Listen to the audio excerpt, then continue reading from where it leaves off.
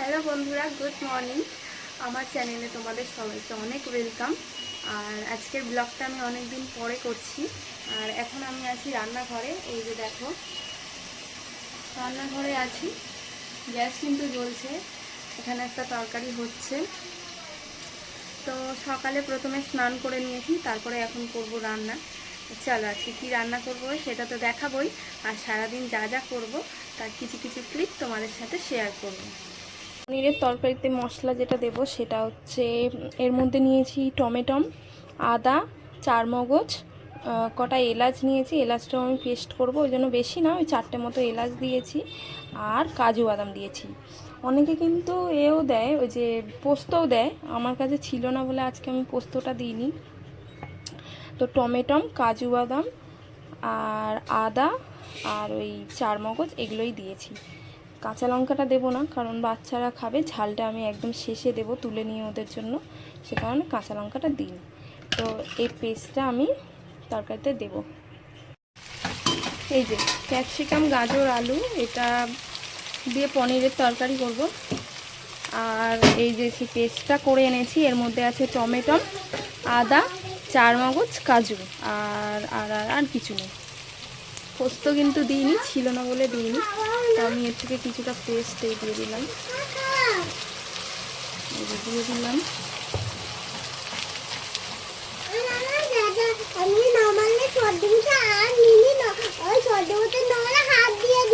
এ বাবা, আর দেবো জিরে, ধনে গুঁড়ো, এটা দিলাম ধনের গুঁড়ো। কি খাই দেবো, এই দিয়ে দিলাম জিরে গুঁড়ো।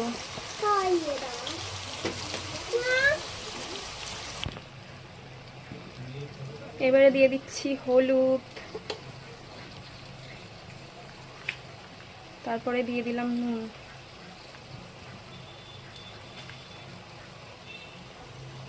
এতটাই নুন থাক, এতটাই থাক, আর দেবো না। তারপরে এটা করবো মিক্স, মশলাটাকে মোটামুটি একটু কষিয়ে নেব।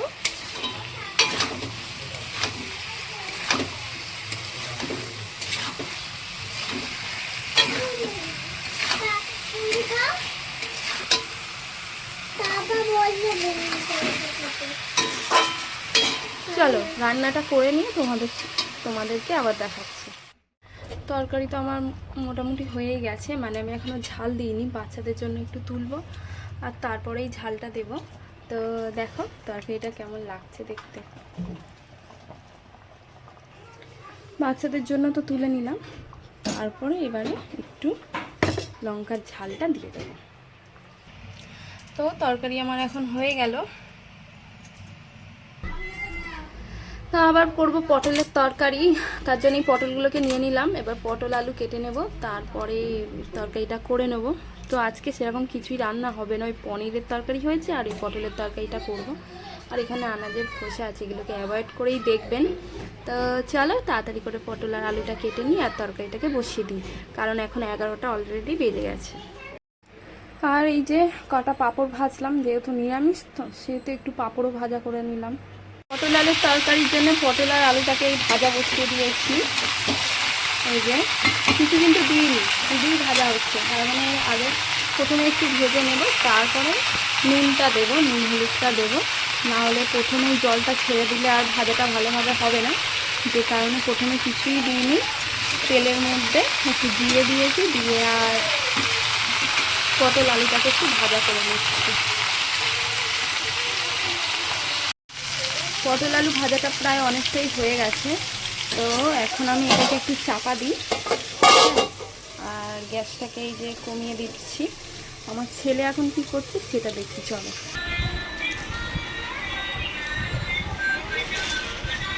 নতুন নতুন পায়ে ঠেক দিতে শিখেছে আর সেটা দিয়ে এরকম করে হাঁটছে এখন।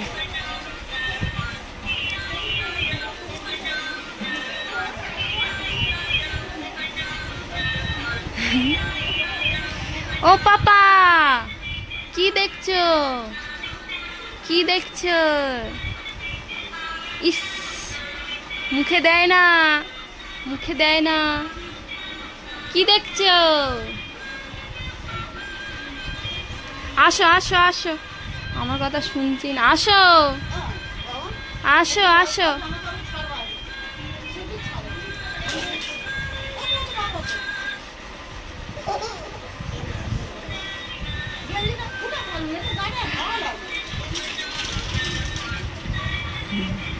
মেশোকে দেখছো? মেশো এসছে, এই যে খাইয়ে দিচ্ছে। মেশোকে দেখছে আর আঙুল চুষছে, ভাবছে মেশো মিষ্টি খাচ্ছে আর আমাকে কিছু দিচ্ছে না, মেশোকে দেখছে আর আঙুল চুষছে।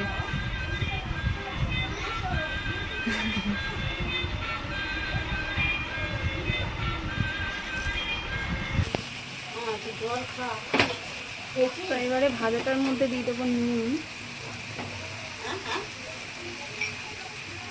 এই যে নুন দিয়ে দিলাম।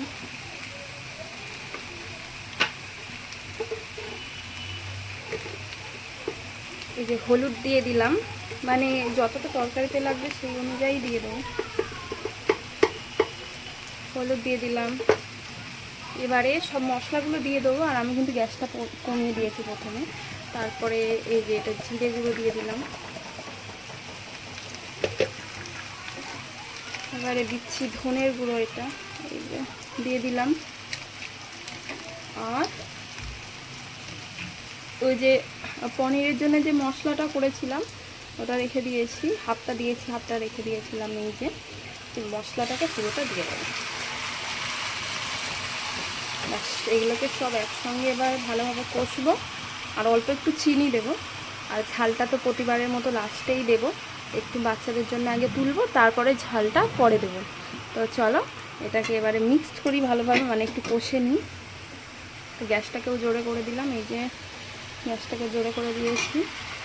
আর এইবারে ভালোভাবে একে কষবো।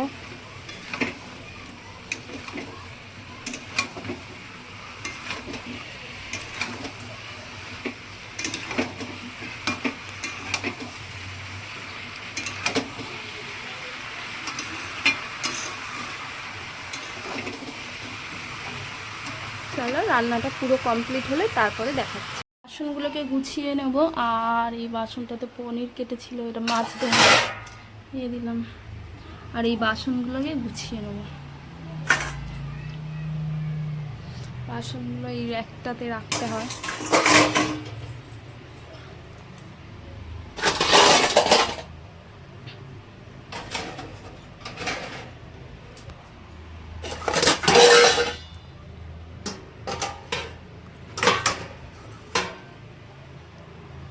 চলো বাসনগুলো গুছিয়ে নিচ্ছি, তারপরেই দেখাচ্ছি। জায়গাটা গুছিয়ে নিলাম, এই যে যা বাসন ছিল সব গুছিয়ে নিলাম। আর এটা এখানেই থাকে।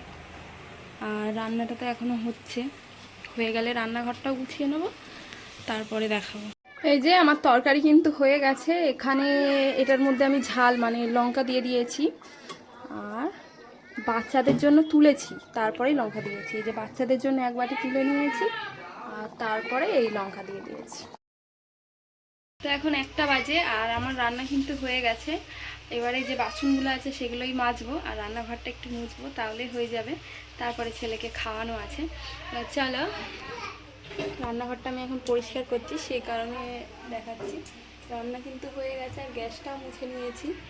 আর তারপরে এখন এই যে স্ল্যাবটা একটু মুছে নেবো জল দিয়ে। চলো পুরো ভালোভাবে ক্লিন করি, তারপরেই দেখাচ্ছি। দেখো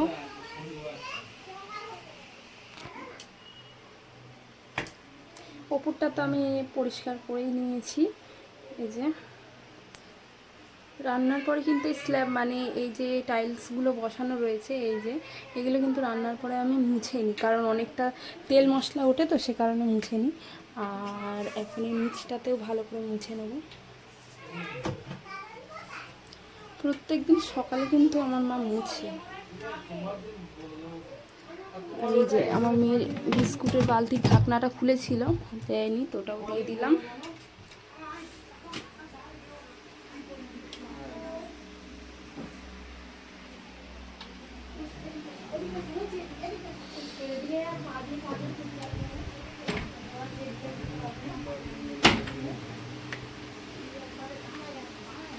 বন্ধুরা দেখো, এখন আমি আমার বাবুকে খাওয়াবো।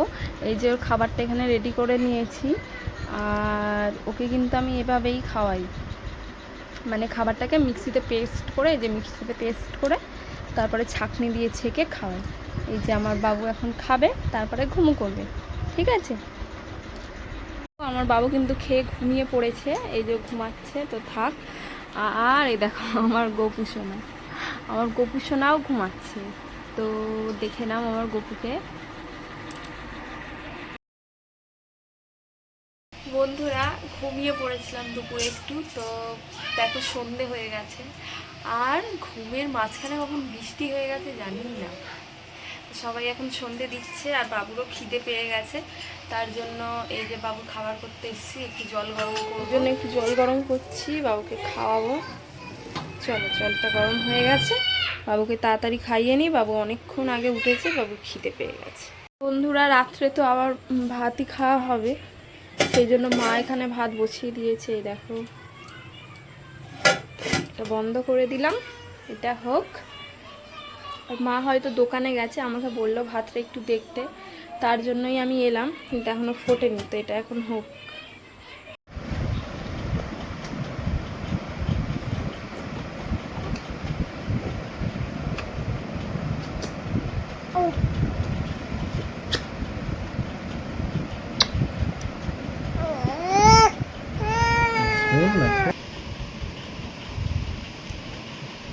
তো দেখো এখন কটা বাজে, 1:10।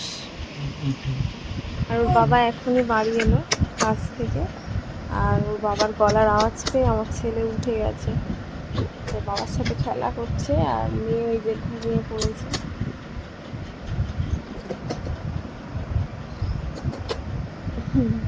এটা আমার ছেলে গলার আওয়াজ পেয়ে শুয়ে উঠে পড়েছে, ঠিক আছে। আর ওই যে দিদিকে দেখছি, দিদি কোথায়, এই দিদিকে দেখো, দিদিকে কিরকম ভাবে করছে, ঠিক আছে। এ হলো দিদির ভালোবাসা। দিদি কই বাপা, দিদি কোথায়, দিদি কোথায়? এই যে দিদি ঘুমাচ্ছে, ঠিক আছে, আর ওর ডিস্টার্ব করছে, ঠিক আছে। পাপা